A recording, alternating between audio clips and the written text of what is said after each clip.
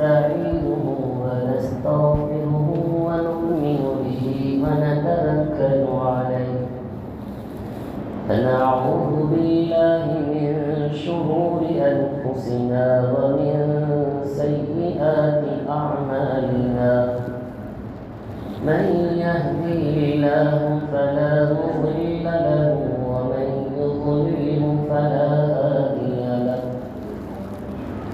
ونشهد أن لا إله إلا الله وحده لا شريك له ونشهد أن سيدنا ونبينا ومولانا محمدا عبده ورسوله أما بعد أعوذ بالله من الشيطان الرجيم بسم الله الرحمن الرحيم يا أيها الذين آمنوا كتب عليكم الصيام كما كتب على الذين من قبلكم لعلكم تتقون وقال تعالى شهر رمضان الذي أنزل فيه القرآن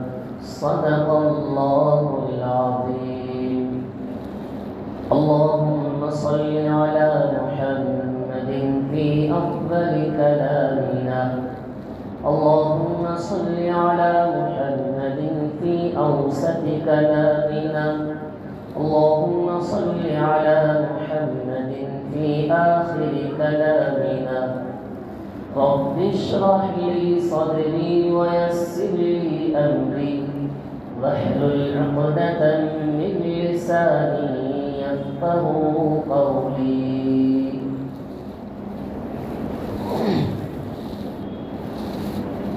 تمام تعریفیں اللہ رب العزت کے لیے سزاوار ہے لائق تحسین ہے وہی احد ہے وہی صمد ہے وہی لم یلد ولم یولد ہے وہی زمین اور آسمان کا مالک ہے چاند ستارے سورج اور زمین کے ہر ذرات کا مالک ہے ہم اسی کی عبادت کرتے ہیں اور اسی سے مدد حاصل کرتے ہیں درود و سلام نازل ہو میرے اور آپ کے آقا تاجدار مدینہ احمد مجتبی محمد مصطفیٰ سرور کونین حضرت محمد مصطفیٰ صلی اللہ علیہ وسلم کے ذات اقدس کے لیے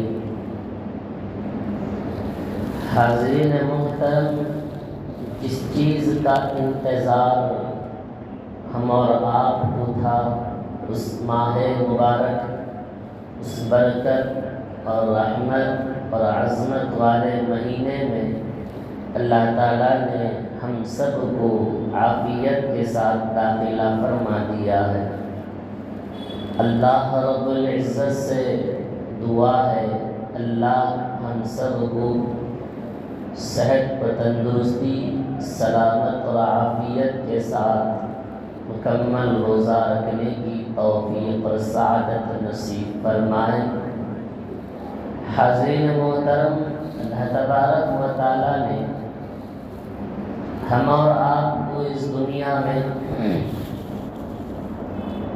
اللہ کی بندگی اور عبادت کے لیے اللہ تعالیٰ نے مجھے اور آپ کو اس دنیا میں بھیجا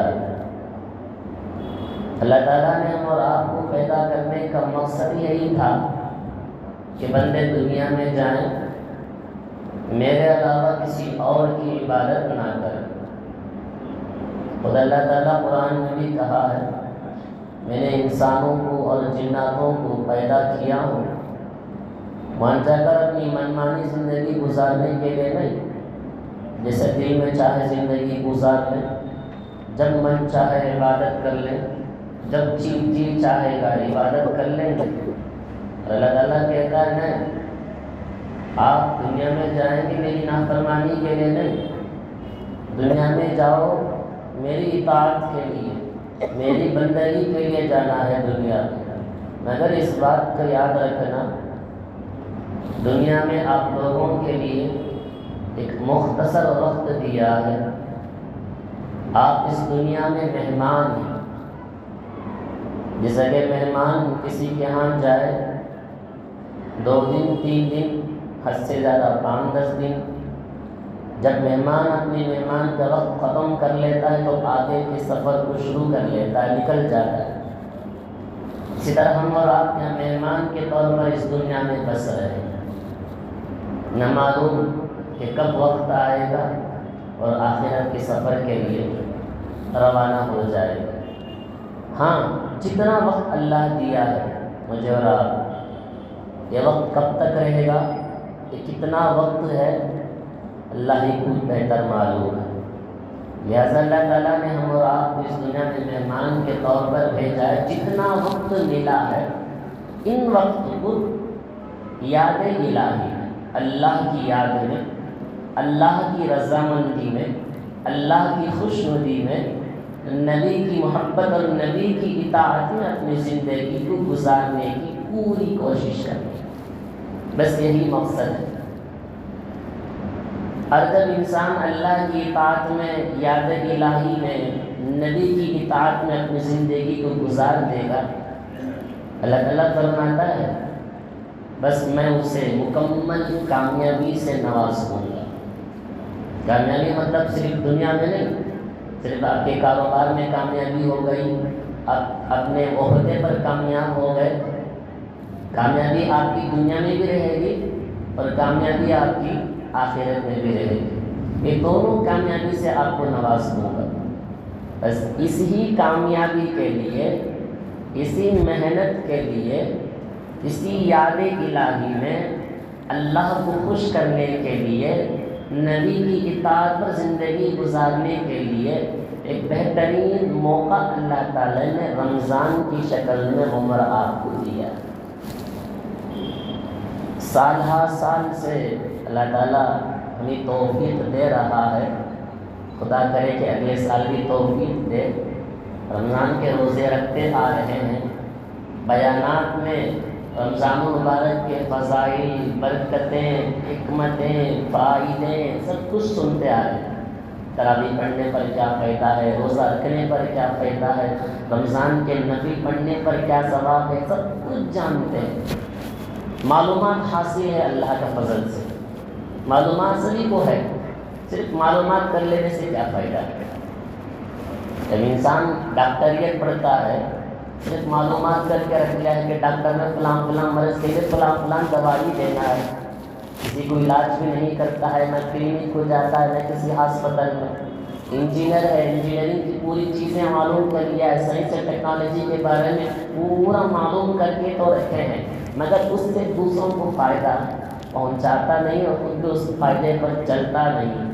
اسی طرح دین کے باتوں میں ہم اور آپ جانتے ہیں نماز نہ پڑھنے کے کیا نقصانات ہیں، نماز پڑھنے پر کیا ثواب ہے، روزہ رکھنے پر کیا ثواب ہے، نہ رکھنے پر کیا عقاب ہے، سب کچھ معلوم ہے، تمام چیزیں معلوم ہیں۔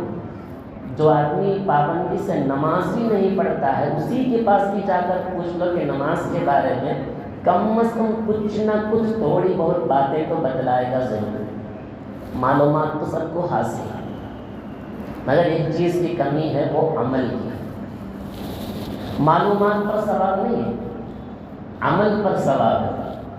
تو قرآن کہتا ہے کہ والذین آمنوا وعملوا الصالحات، اے ایمان والو نیک کام کر لو، بدلہ یہ ہے کہ جنت ملے گا، اور کب تک رہیں گے جنت میں نامعلوم، ہم فیہا خالدون، ہمیشہ آپ کا وہی ٹھکانہ ہوگا، آپ کو اس سے نکال کر کہیں اور جگہ بھیجا بھی نہیں جائے گا۔ مگر کمی کس چیز کی ہے؟ عمل کی کمی۔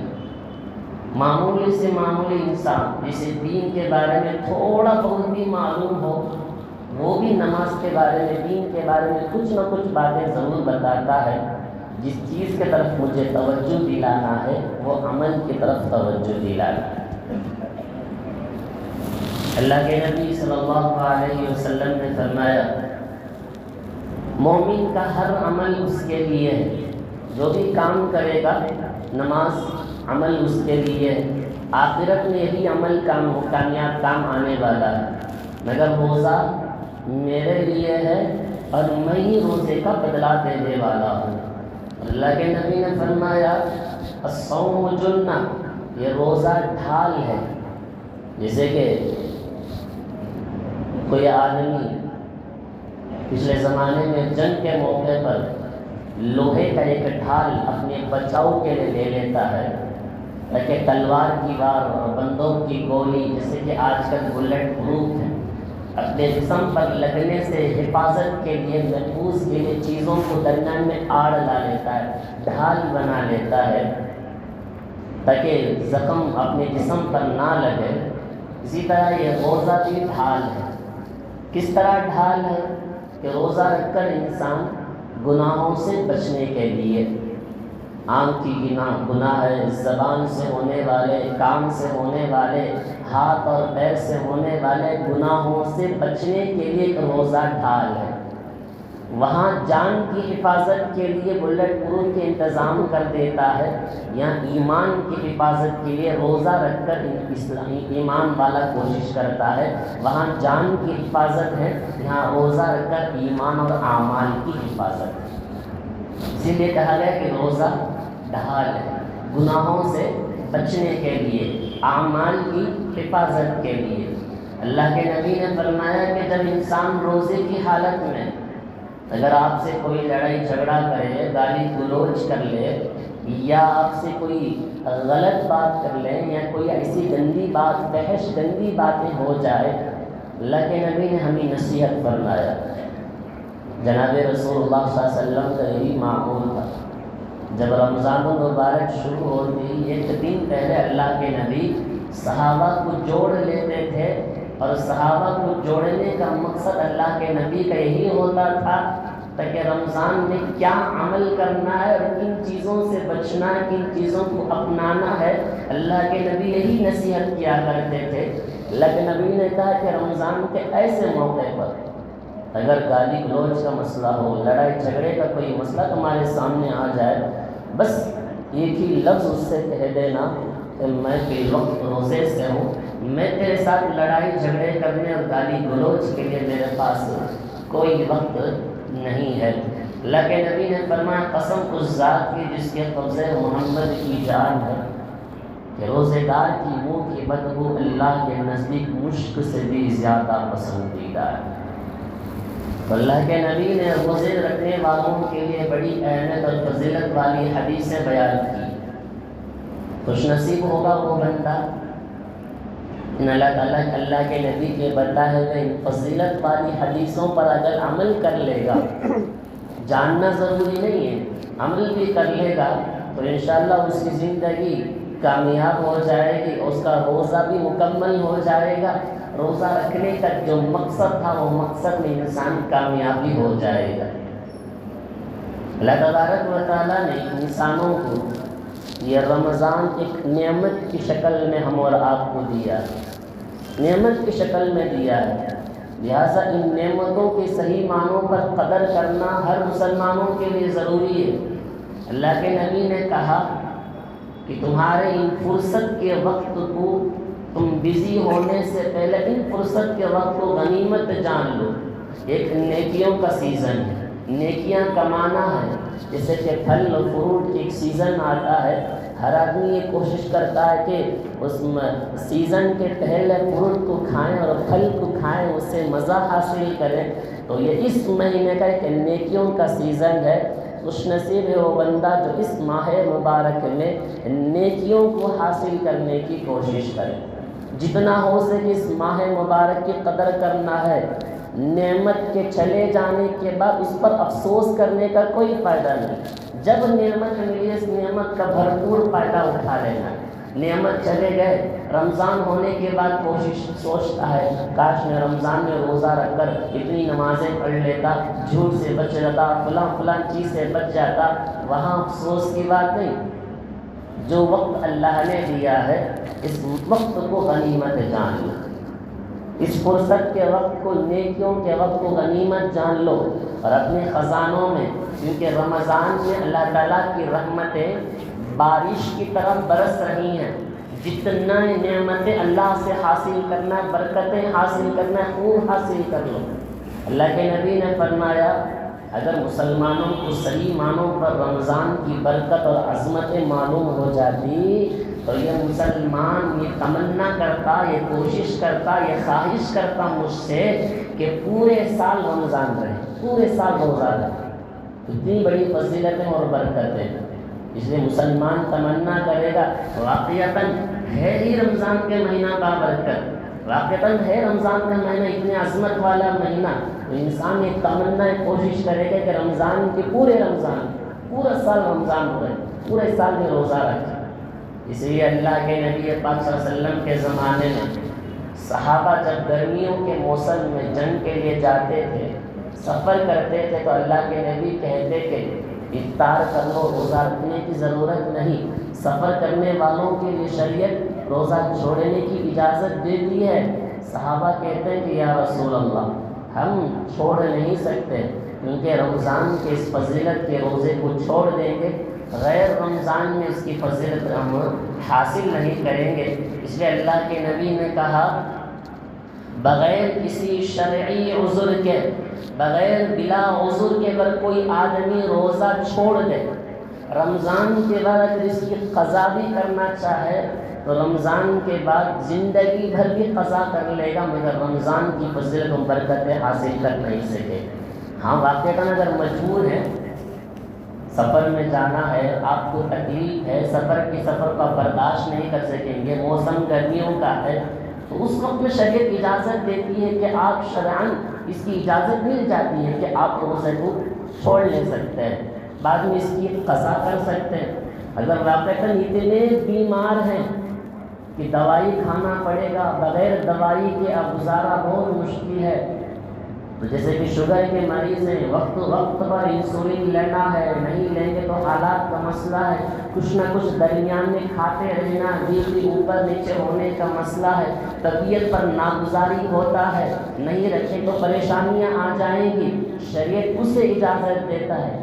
ہٹے کٹے مسلمانوں کو آرام سے گلی میں گھوم رہے ہوں گے، 4-5 لوگوں کے پاس گھنٹے بھر کاٹنے کے لیے، بات کرنے کے لیے جنہیں وقت ہوگا وہ روزہ چھوڑیں گے، تو فرمایا کہ تجھ پر تو روزہ فرض تھا نا، تجھے گناہ ہوگا روزہ چھوڑنے پر۔ لہذا اللہ کے نبی نے فرما دیا ہے کہ رمضان مبارک میں روزہ رکھنے کی جو فضیلت ہے، رمضان کے بعد قضا کرنا چاہیں گے مگر رمضان کی فضیلت اور برکتیں حاصل کر نہیں پائیں گے، پوری زندگی گزر جائے گی مگر اس مہینے کی فضیلت حاصل کر نہیں سکیں گے۔ آئیے قرآن مجید کی تلاوت۔ اللہ تعالیٰ کہتا ہے کہ یا ایھا الذین آمنوا، اللہ کہتا ہے اے ایمان والو تم پر روزہ فرض کیا گیا ہے، اس سے پہلے کہ جتنی مذہب، جتنی امتیں اس دنیا میں آئی ہیں، جتنے مذاہب آئے ہیں، تمام مذاہب والوں کو بھی روزہ فرض کیا گیا، صرف تم پر ہی روزہ فرض نہیں ہے۔ مگر اللہ تعالیٰ بھی دیکھنا کیا پیارے انداز سے ایمان والوں کو خطاب کرتا ہے، یا ایھا الذین آمنوا، ورنہ تو قرآن پاک میں اللہ تعالیٰ یا ایھا الناس کے لفظ سے پکارتا ہے، ایک جگہ اللہ تعالیٰ آمنو سے پکارا، ناس پورے لوگ جمع ہو گئے اس کے اندر، مگر آمنو ایک پیارا لفظ ہے۔ اس انداز سے ایسے سمجھو، اگر کوئی باپ اپنے بیٹے کو نام سے پکارے، عبداللہ ہو یا عبدالرحمن ہو، کسی کے نام سے پکارے، نام سے پکارنے میں اتنا مزہ، اتنا لطف نہیں آتا ہے۔ اگر وہی باپ اپنے بیٹے کو بیٹا کہہ کر پکارے یا لال کہہ کر پکارے، کوئی محبت کے الفاظ کہہ کر پکارے، تو اس میں کچھ مزاحی، کچھ لطف الگ ہوتا ہے، بچہ فوراً باپ سے دوڑ کر بھاگتا ہے۔ ایسے اللہ تعالیٰ بھی ایمان والوں کو پیار سے پکارتا ہے، اے ایمان والو، میرے کلمے پڑھنے والوں، نبی کے امتیوں، اگر واقعتاً تم اس دعوے پر سچے ہو تو میرے علاوہ تمام چیزوں سے نظریں ہٹا دو، بس اس ماہ مبارک میں صرف میری بندگی کرنا ہے، گناہوں سے بچنا ہے اور میری عبادت میں اپنی اوقات کو لگا دینا ہے۔ اللہ تعالیٰ فرماتا ہے کہ روزہ فرض کرنے کا مقصد میرا آپ پر، آپ لوگوں کی زبردستی کرنا نہیں ہے، آپ کے نفس کو ہلاک کرنے کے لیے میں نے روزہ فرض نہیں کیا کہ آپ کو تکلیف میں ڈالنا میرا مقصد نہیں ہے۔ روزہ میں نے فرض کیا ہوں آپ پر ایک مقصد کے تحت میں نے فرض کیا، اور مقصد یہ ہے کہ لعلکم تتقون، تاکہ تم کیا ہو جائیں، متقی اور پرہیزگار ہو جائیں، تم اللہ سے ڈر کر زندگی گزارنے والے ہو جائیں، تمہارے اندر تقوی والی صفت پیدا ہو جائیں۔ بس اسی مقصد کے تحت میں تمہیں روزہ رکھنے کا حکم دیا۔ اب اچھا، ہر آدمی سنتے ہیں تقویٰ ہے، ڈر ہے، اللہ کا خوف۔ تقویٰ کہتے کسے؟ اللہ تعالیٰ کا فرمان ہے، اللہ تعالیٰ نے جن جن عبادت کو لیا، نماز، روزہ، حج کو لیا ہے، زکوٰۃ کے بارے میں اللہ نے کہا ہے قرآن مجید میں، جگہ جگہ اللہ تعالیٰ لعلکم تتقون، تاکہ تم متقی ہو جاؤ۔ متقی پرہیزگار آخر کہتے کسے ہیں؟ قرآن پاک میں اللہ تعالیٰ فرماتے ہیں کہ متقی وہ ہے جو تقوی اختیار کرے، اللہ سے ڈرے، گناہوں سے بچے، جو مل گیا اس پر قناعت کرے، اور آخرت کی تیاری میں اپنے اوقات کو لگانے والا ہی صحیح معنی پر متقی۔ حضرت علی رضی اللہ عنہ فرماتے ہیں کہ متقی وہ ہے جو اللہ سے ڈرے اور نبی کی اطاعت پر اپنی زندگی گزارے، لوگوں کو شر سے بچائے، خود بھی شر سے بچے، اور بھلائی کا حکم کرے اور خود بھی بھلائی پر جمے رہے۔ اس لیے فرمائے گناہوں سے بچو، تم سب سے بڑے عبادت گزار بن جاؤ گے۔ قرآن کہتا ہے کہ ھدی للمتقین، ہدایت پانے والے کون ہیں؟ یہی متقی ہیں۔ کامیاب ہونے والے کون ہیں؟ یہی متقی، اللہ سے ڈرنے والے ہیں۔ اور ان لوگوں کو اللہ تعالیٰ قرآن مجید میں فرمایا کہ 4 انعامات سے نوازوں گا، متقیوں کو 4 تحفے دوں گا، اللہ تعالیٰ کہتا ہے 4 تحفے سے نوازوں گا۔ جو کوئی تقوی اختیار کرے، اللہ سے ڈرے، گناہوں سے بچے، انہیں میں 4 تحفے سے 4 انعامات دوں گا۔ پہلا انعام یہ ہے وَمَن يَتَّقِ اللَّهَ يَجْعَل لَّهُ مَخْرَجًا، گناہوں سے بچو، اللہ کا ڈر اپنے اندر پیدا کر لو، تو اللہ تعالیٰ فرماتا ہے کہ میں تمہیں ہر تکلیف سے، ہر مصیبت سے، ہر پریشانی سے نکلنے کا راستہ میں تمہیں آسان کر دوں گا۔ وَمَن يَتَّقِ اللَّهَ مِنْ أَمْرِهِ يُسْرًا، اللہ فرماتا ہے ہر تکلیف سے نکلنے کا راستہ میں آسان کر دوں گا۔ دوسرا انعام، دوسرا تحفہ اللہ سے ڈرنے والے، گناہوں سے بچنے والوں کے لیے فرماتا ہے کہ وَيَرْزُقْهُ مِنْ حَيْثُ لَا يَحْتَسِبُ، اللہ سے ڈرنے والے اور گناہوں سے بچنے والوں کے لیے اللہ کہتا ہے میں تمہیں رزق عطا کروں گا، غیبی انتظام کر دوں گا، تم سوچ بھی نہیں سکتے کہ اللہ تعالیٰ نے یہ رزق کو مجھے کس انداز سے اور کہاں سے کیسے عطا کیا ہے۔ اور تقوی اختیار کرنے والے، اللہ سے ڈرنے والوں کے لیے تیسرا انعام اللہ کہتا ہے کہ وَاعْلَمُوا أَنَّ اللَّهَ مَعَ الْمُتَّقِينَ، اللہ سے ڈرنے والے، تقوی اختیار کرنے والے، گناہوں سے بچنے والوں کے ساتھ ہمیشہ اللہ کا ہاتھ اس بندے کے اوپر ہوتا ہے، وہ اللہ کی رحمت کے سائے میں آ جاتا ہے۔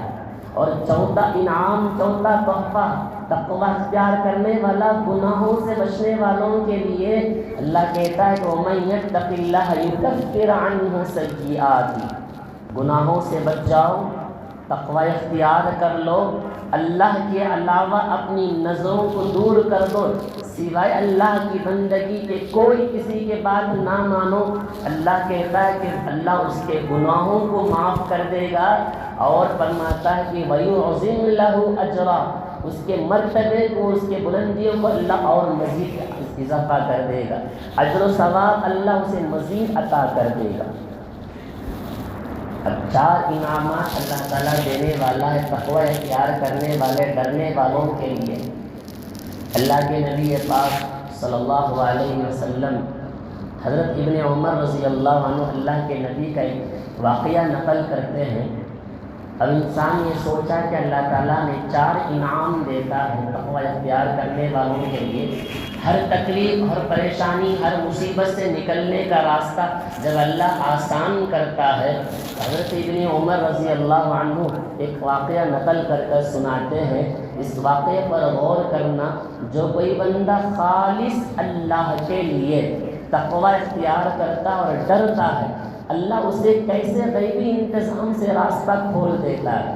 حضرت ابن عمر فرماتے ہیں 3 آدمی اللہ کے نبی کے ایک حدیث کو نقل کر کے ایک واقعہ نقل کرتے ہیں۔ 3 آدمی ایسے تھے جو راستے میں جا رہے تھے، سخت بارش کا موسم تھا، انہوں نے ایک چٹان کے اندر جا کر پناہ لی تاکہ بارش سے بچ سکے۔ اتنے میں کیا تھا کہ ایک چٹان آ کر اس غار کے منہ کو بند کر دیا۔ اب تینوں غار کے اندر بیٹھے بیٹھے سوچنے لگے اب باہر نکلنے کا کوئی راستہ ہونا چاہیے، اب باہر کیسے نکلیں گے غار کے اندر سے، چٹان غار کے منہ کو بند کر دیا ہے۔ انہوں نے یہ سوچا کہ اچھا ایک کام کرتے ہیں، اپنی زندگی کے کوئی نیک عمل یاد کر کے اللہ سے دعا کرتے ہیں، شاید اللہ تعالیٰ اس نیک عمل کی بنا پر اللہ تعالیٰ اس غار کے منہ کو کھول دے گا اور غار کے منہ سے باہر نکل جائیں گے۔ تو سب سے پہلے ایک آدمی نے اللہ سے دعا کیا کہ اللہ، میں ایک چرواہا ہوں، بکری چراتا ہوں، اور میرا رات کا معمول تھا کہ میں رات میں دودھ لاتا ہوں اور میں اپنے بچوں کو پلانے سے پہلے اپنے ماں باپ کو پلاتا ہوں۔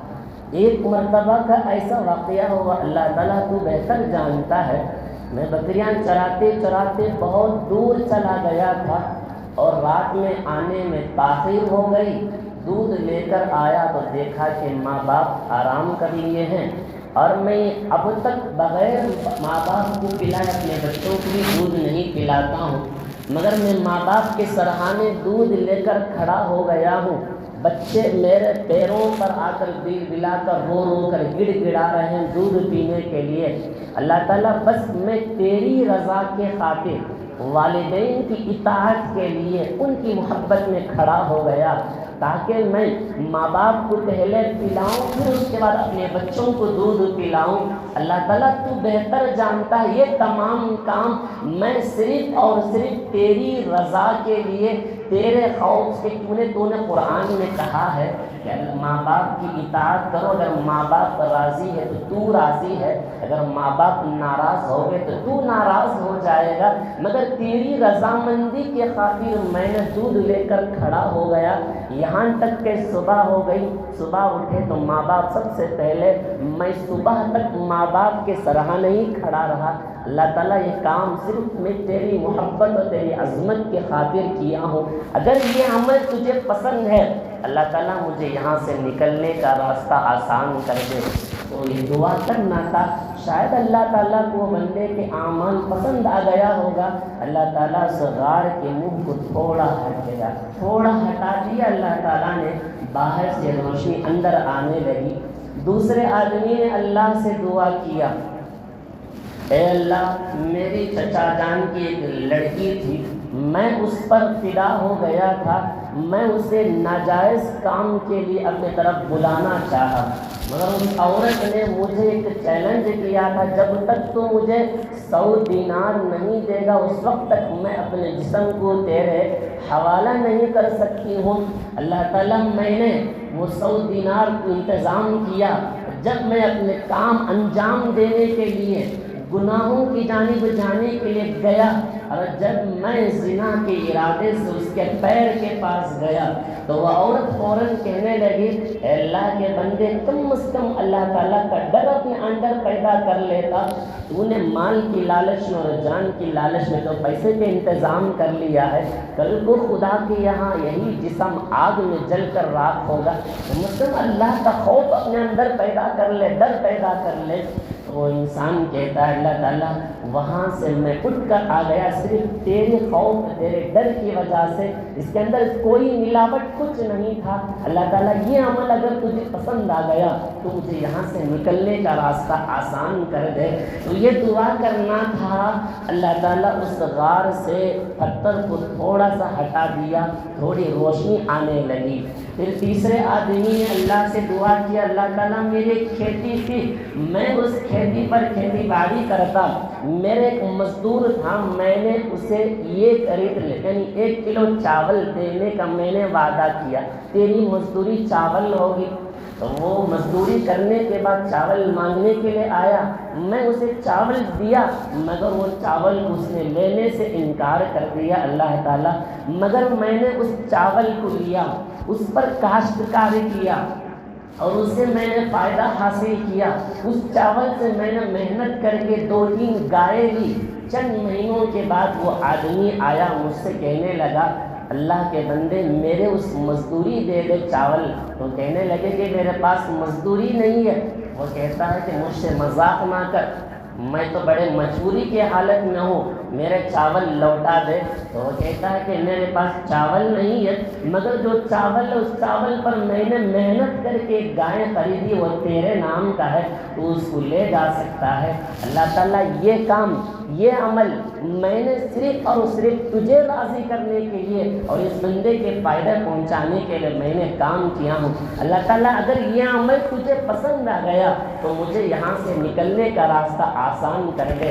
تو یہ دعا کرنا تھا، غار سے پورا پتھر ہٹ گیا تو اللہ تعالیٰ کا وہ وعدہ، اللہ تعالیٰ قرآن میں کہا وَمَن يَتَّقِ اللَّهَ يَجْعَل لَّهُ مَخْرَجًا، اللہ تعالیٰ فرماتا ہے جو کوئی بندہ تقوی اختیار کرتا ہے، ڈر کر اپنی زندگی گزارتا ہے، گناہوں سے بچتا ہے، اللہ تعالیٰ اس بندے کو ہر تکلیف سے نکلنے کا راستہ، ہر پریشانی سے نکلنے کا راستہ اور ہر مصیبت سے نکلنے کا راستہ اللہ تعالیٰ اس بندے کو آسان کر دیتا ہے۔ اور اسی طرح اسی لیے یہ رمضان کا جو مہینہ اللہ نے ہمیں دیا ہے، اللہ ہم کو یہ نہیں چاہتا کہ تم بھوکے رہو، اللہ کو بھوکا رکھنا پسند نہیں، بس تمہارے اندر تقویٰ پیدا کرنا ہے، گناہوں سے بچنے کی صفت تمہارے اندر پیدا کرنا تھا، اس لیے اللہ نے یہ روزے کو ہم پر فرض کیا ہے۔ حاضرین محترم، اتنا ہی نہیں، جو کوئی بندے اس ماہ مبارک کی بخشش رحمت والے مہینے کو حاصل کرنے کے بعد اپنی بخشش نہیں کروائے گا، اللہ کے نبی پاک صلی اللہ علیہ وسلم نے اس کے لیے بد دعائیں دی ہیں۔ حالانکہ اللہ کے نبی کبھی کسی کے لیے بد دعا کے لیے تشریف نہیں لائے تھے، وہ رحمت بن کر آئے تھے، وہ رحمت بن کر ہی تھے، مگر اللہ کے نبی نے فرمایا کہ رمضان المبارک کا مہینہ پانے کے بعد، ملنے کے بعد بھی اپنی بخشش اور اپنی رحمت نہیں کیا ہے، وہ آدمی تباہ و برباد ہو جائے گا۔ ایک مرتبہ اللہ کے نبی تمام صحابہ کو جوڑ لیے، تمام صحابہ کو جوڑے ہیں، اور اللہ کے نبی پہلے ممبر کی سیڑھی پر پیر رکھتے ہیں تو اللہ کے نبی نے کہا آمین، اور ممبر کی دوسری سیڑھی پر اللہ کے نبی قدم رکھے تو اللہ کے نبی نے کہا آمین، اور تیسری سیڑھی پر اللہ کے نبی نے قدم رکھا تو کہا آمین۔ صحابہ پریشان تھے، اللہ کے نبی آپ کبھی ممبر پر چڑھتے ہوئے آمین کہتے ہم لوگوں نے کبھی نہیں سنا ہے، یہ کیا معاملہ ہے آپ آمین کہتے ممبر پر چڑھتے ہوئے؟ تو اللہ کے نبی نے کہا کہ میرے درمیان میں آج حضرت جبرائیل علیہ السلام تشریف لائے، اور حضرت جبرائیل نے کہا جب میں پہلے ممبر پر پیر رکھا تو حضرت جبرائیل نے کہا ہلاک اور تباہ و برباد ہو جائے وہ آدمی جو ماہ مبارک رمضان ملنے کے بعد بھی اپنے آپ کی بخشش نہیں کر لیا، اپنے آپ کو گناہوں سے پاک نہیں کر لیا، اللہ سے برکتیں حاصل نہیں کیا ہے، گناہوں سے پاک نہیں ہوا، تقوی اختیار نہیں کیا، تو وہ آدمی تباہ و برباد ہو جائے۔ اللہ کے نبی آمین کہا، دعا دینے والے بد دعا کرنے والے حضرت جبرائیل ہیں، آمین کہنے والے اللہ کے نبی ہیں۔ اللہ کے نبی نے کہا میں دوسرے سیڑھی پر قدم رکھا ممبر پر، جبرائیل علیہ السلام نے کہا ہلاک و تباہ و برباد ہو جائے وہ آدمی جس کے سامنے آپ کا ذکر مبارک ہو، محمد کا نام ہو اور درود نہ پڑے وہ آدمی ہلاک و تباہ و برباد ہو جائے۔ اللہ اکبر، جس کے سامنے نبی کا نام لیا جائے اور نام نہ پڑھے وہ ہلاک و برباد۔ اللہ کے نبی نے کہا میں جب تیسرے ممبر پر قدم رکھا تو میں نے کہا آمین، حضرت جبرائیل کہنے لگے وہ یہ تھا، حضرت جبرائیل کہنے لگے جس کے یہاں ماں باپ ہو، ماں باپ میں سے کوئی ایک بڑھاپے کی عمر کو پہنچ جائے، ان کی خدمت کر کے اپنے آپ کو جنت کا مستحق نہ بنا لے، وہ آدمی بھی ہلاک و تباہ و برباد ہو جائے۔ اللہ کے نبی نے کہا، میں نے اس وقت میں آمین کہا۔ اللہ اکبر، کیا عظیم مہینے میں داخل ہوئے ہیں، کیا خوش نصیب بندے ہوں گے وہ بندے جو اس ماہ مبارک میں اللہ کی صحیح معنوں پر اس مہینے کی قدردانی اگر کر لے گا، اللہ کے نبی کی اس بد دعا سے بچ جائے گا۔ اللہ کے نبی نے کہا کہ بخشش نہیں حاصل کیا، ہلاک و تباہ و برباد ہو جائے گا۔ مگر افسوس اس بات کی ہے، شروع کے 10 دنوں میں تراویح کے لیے مسجد میں آ گئے، شروع کے 10 دنوں میں فجر اور مغرب کی تمام نمازوں میں کچا کچ بھرے رہے، بعد کے حصوں میں رمضان میں مسجد سے انسان کم ہوتا گیا، کم ہوتے گئے۔ اس سے بڑا افسوس کی بات یہ ہوگی کہ آخری عشرے میں تو مسجد پوری کی پوری خالی ہو گئی، حالانکہ طاق راتیں ہوتی ہیں، دعائیں قبول ہوتی ہیں۔ ہم نے اپنے پورے اوقات کو شاپنگ وغیرہ میں گھٹانے میں یا سیر و تفریح کرنے میں، کبھی اس مقام پر کبھی اس مقام پر، وہاں جائیں گے، وہاں کی دکانوں میں وہاں کا فلاں چیز اچھا ملتا ہے، وہاں اچھا ملتا ہے، کبھی یہ سوچا کہ یہاں رحمتیں برستی ہیں، مسجد میں برکتیں آتی ہیں، یہاں نماز پڑھ لیتے تو کتنا اچھا ہوتا۔ اللہ اکبر، اللہ کے نبی پاک صلی اللہ علیہ وسلم نے بد دعائیں دی ہے، اس بد دعا میں شامل ہونا چاہتے ہیں۔ اللہ کے نبی کی بد دعا اتنی خطرناک ہے، ابو لہب کے بیٹے نے اللہ کے نبی کے ذات اثر پر تھوک دیا تھا، مگر چہرے پر تھوک نہیں پڑا، نیچے گر گیا۔ اللہ کے نبی نے اس وقت میں بد دعا دی تھی، اللہ اس کو کسی کتوں میں سے کتے کے حوالے کر دے۔ آخر کیا ہوا؟ ابو لہب پریشان ہوا کہ اللہ کے نبی نے، محمد نے تیرے ساتھ کیا سلوک کیا؟ عتیبہ ابو لہب کا بیٹا کہتا ہے، میں نے اللہ کی نبی کے ذات پر تھوک دیا تھا مگر تھوک نہیں پڑا، مگر نبی نے مجھے بد دعا دی۔ ابو لہب پریشان ہو گئے، محمد کی بد دعا سے آج تک کوئی بچا نہیں ہے، محمد کی بد دعا سے کوئی بچا نہیں ہے۔ اس نے ایک گرجا گھر پر تشریف لے کر گیا، ابو لہب نے پورے سامانوں کو جوڑ دیا، سامان کے اوپر میں اس کے بیٹے کو بٹھا دیا حفاظت کے لیے۔ گرجا گھر کے پادری نے کہا، یہاں آپ لوگ کیوں تشریف لائے ہیں؟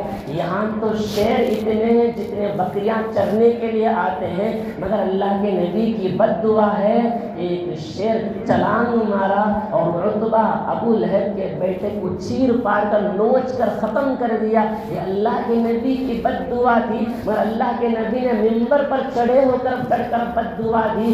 جو کوئی آدمی رمضان کے مبارک مہینے کو حاصل کرنے کے بعد بھی اپنی بخشش، اپنی رحمت کو اللہ سے نہیں حاصل کر سکا، وہ آدمی ہلاک و تباہ ہو گیا، اس آدمی کی زندگی میں برکتیں ختم ہو گئی، اس آدمی کی زندگی سے سکون ختم ہو گیا۔ لہٰذا جتنی نمازیں کل کی تراویح میں ہم نے شروع کی ہے، یہی تعداد اللہ کے واسطے کہہ رہا ہوں، یہی تعداد ختم کے دن تک پورے مکمل رمضان کے تراویح میں جس طرح پورے سال رمضان کی طرح نمازوں کے لیے آتے ہیں، یہی تعداد اللہ کے لیے کہہ رہا ہوں کہ پورے سال اس کی عبادت لگا لے۔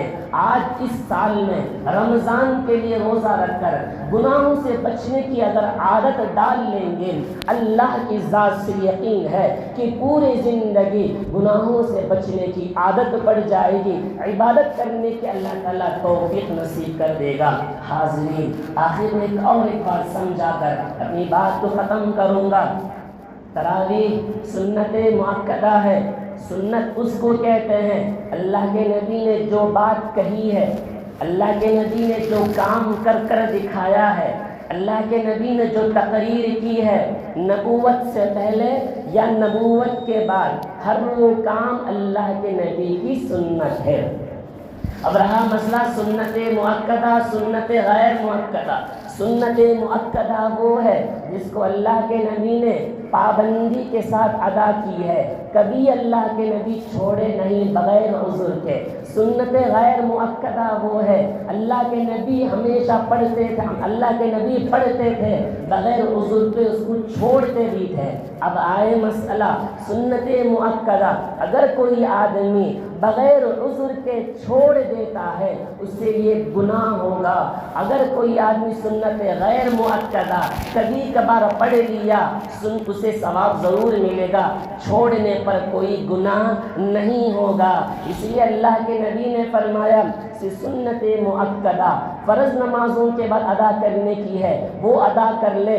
فجر نماز سے پہلے کی 2 سنتیں، اور ظہر سے پہلے کی 4، ظہر کے بعد کی 2، اور مغرب کے بعد کی 2، عشاء کے بعد کی 2، اس کو ادا کر لیں. سنت مؤکدہ میرے نبی کا فرمان ہے اس بندے کے لیے جنت میں اللہ تعالیٰ ایک محل تیار کر دے گا. اب آئیے مسئلے پر، ضروری بات پر. تراویح دراصل سنت مؤکدہ ہے. مؤکدہ اسے کہتے ہیں جس کو اللہ کے نبی پابندی سے پڑھتے تھے، کبھی نہیں چھوڑتے تھے. اس بات کا خیال رکھ لینا اللہ کے نبی کا فرمان ہے تراویح کی ہر ایک سجدے پر اللہ تعالیٰ 1500 نیکیاں لکھتا ہے. تو کل کتنے سجدے ہوئے؟ 40 سجدے ہوئے. ایک دن میں 7000 نیکیاں کما لیے تو بھی 30 دن کا مکمل حساب لگا لے کتنی نیکیاں مل جائیں گی. اللہ تعالیٰ ہر ایک سجدے کے بدلے میں جنت میں ایک محل تیار کر دیتا ہے. اس کے سائے میں کوئی عربی گھوڑا دوڑے تو کبھی اس کا سایہ ختم ہونے والا نہیں ہے. تراویح کی اتنی فضیلتیں ہیں. ہاں تراویح کی نماز کسی کے ہاں 10 دن میں ہو، کسی کے ہاں 15 دن میں ہو رہی ہے، کسی کے ہاں 5 دن میں یا 10 دن میں ہو رہی ہو، وہاں آپ نماز پڑھ لیے ہیں. نماز پڑھنے کے بعد یہ نہ سوچے کہ میری تراویح مکمل 30 دن کی ختم ہو گئی. یہ سوچ بالکل غلط ہے. آپ نے صرف قرآن مجید کے سننے کے سنت کو ادا کیا ہے، تراویح کے سنت کو آپ نے ادا نہیں کیا ہے. تراویح کی سنت ادا نہیں ہوئی ہے. تراویح آپ کو ہمیشہ 30 دن تک مکمل پڑھنا ہے.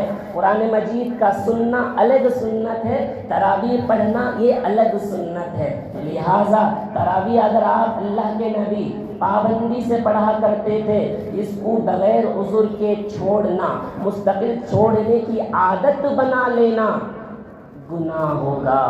لہٰذا نماز تراویح کو چھوڑ کر آخری راتوں میں، آخری 10 عشروں میں اسے چھوڑ کر گلیوں میں گھومنے والے، اپنی اوقات کو سیر و تفریح میں لگانے والے، اللہ کے نبی کے اس بات پر سمجھو.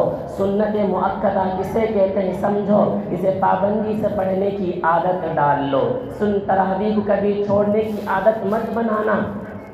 ہاں اگر آپ سفر میں ہیں، جو افراد 10 دن میں پڑھ رہے ہیں، جو افراد 15 دن میں پڑھ رہے ہیں، جو 6 دن میں تراویح ہو رہی ہے، وہ سفر میں جانے والے کے لوگوں کے لیے ہے، تجارت کرنے والے لوگوں کے لیے ہے. سفر میں جانے والے سفر میں جائیں، رات کو جب گھر کو آئیں گے تراویح آپ کو پڑھنا ہوگا. جتنی صورتیں آپ کو یاد ہیں وہی صورتیں آپ کو بار بار لوٹا کر 20 رکعتیں آپ کو مکمل کرنی ہوگی. یہ نہ سوچیں کہ میں 10 دن میں پڑھ لیا ہوں میری تراویح ہو گئی. یہ بات بالکل ذہن سے نکال دیجئے، یہ بات بالکل غلط ہے. اور اسی طرح قرآن مجید کی تلاوت کی پابند بنائیں. آپ نے سن لیا، سمجھ لیا ہے. سفر میں جانے والے کے لیے بھی یہی حالت ہے، تجارت کرنے والوں کے لیے بھی یہی حالت ہے. رات میں گھر کو آئیں تو اپنے قرآن مجید کو تراویح میں جتنی صورتیں آپ کو یاد ہیں یہ صورتیں آپ کو پڑھنا ہوگا. مستورات بھی پڑھیں گی، مرد حضرات بھی پڑھیں گی. یہ چھٹی کسی کی نہیں ہے. اللہ کے نبی پابندی سے پڑھتے تھے. ہاں جماعت سے تراویح کی نماز پڑھنے کی اگر سنت کہیں سے شروع ہوئی ہے وہ حضرت عمر رضی اللہ عنہ کے زمانے سے ہے. حالانکہ اللہ کے نبی نے کیا کہا؟ اصحابک النجوم، فبأيهم اقتديتم اهتديتم. جو کوئی آدمی صحابہ کے طریقے کو اختیار کرے گا، ان کی اقتدا کرے گا، وہ ہدایت پا جائے گا. مگر صحابہ اللہ کے نبی نے شروع کے دنوں میں جماعت بنا کر 4-5 دن نماز تراویح پڑھی ہے، مگر اللہ کے نبی نے اس خوف سے جماعت کو چھوڑ دیا تاکہ لوگ اس کو فرض سمجھ جائیں گے. مگر اللہ کے نبی نے چھوڑا. حضرت ابو بکر نے بھی اس زمانے میں فتنے کا دور تھا، حضرت ابو بکر کا. حضرت عمر رضی اللہ عنہ کا دور ایسا نہیں تھا. مسجد نبوی میں 2-4 حافظ وہاں کھڑے رہے تھے، 2-4 حافظ یہاں کھڑے ہو کر تراویح پڑھ رہے تھے. حضرت عمر نے سوچا کہ ایسا پڑھیں گے تو عبادت کا مذاق ہو جائے گا، اس لیے حضرت عمر نے باجماعت مکمل تراویح 20 رکعت پڑھنے کی. اگر کسی نے شروع کیا ہے وہ مسئلہ شروع ہوا ہے حضرت عمر رضی اللہ عنہ کے زمانے سے. تو لہٰذا مکمل 20 تراویح اور مکمل 30 دن تک پوری تراویح میں مکمل قرآن مجید سننے کی اور پڑھنے کی عادت ڈالیں ہر سال جب تک اللہ تعالیٰ ہمیں باحیات رکھا ہے. یہ مسئلہ بتانا بہت ہی ضروری اہم تھا. اللہ تعالیٰ ہم اور آپ کو عمل کی توفیق نصیب فرمائے. حاضرین محترم، ہمارے اس مسجد کے تحت میں جو مکتب چل رہا ہے، رمضان میں بھی چھٹی نہیں ہے، لہٰذا تو رمضان المبارک میں دوپہر میں 3 بجے سے لے کر 3:30 بجے تک یہاں 4:30 بجے تک یہاں مکتب کا انتظام کیا گیا ہے. اس میں کوئی فیس نہیں ہے. کسی بھی مکتب میں پڑھنے والے جن کو چھٹیاں ہو گئی ہیں، کیونکہ ایگزام بھی ختم ہونے والا ہے، ایگزام ختم ہونے کے بعد بچے ادھر ادھر گھوم پھرنے میں وقت کو ضائع کر دیں گے، لہٰذا اس مبارک مہینے میں مبارک قرآن کی تلاوت کرنے کے لیے، اس وقت کو مبارک چیزوں میں صرف کرنے کے لیے ہمارے مسجد کے ذمہ داروں نے یہ سوچ کر یہ کام شروع کیا ہے.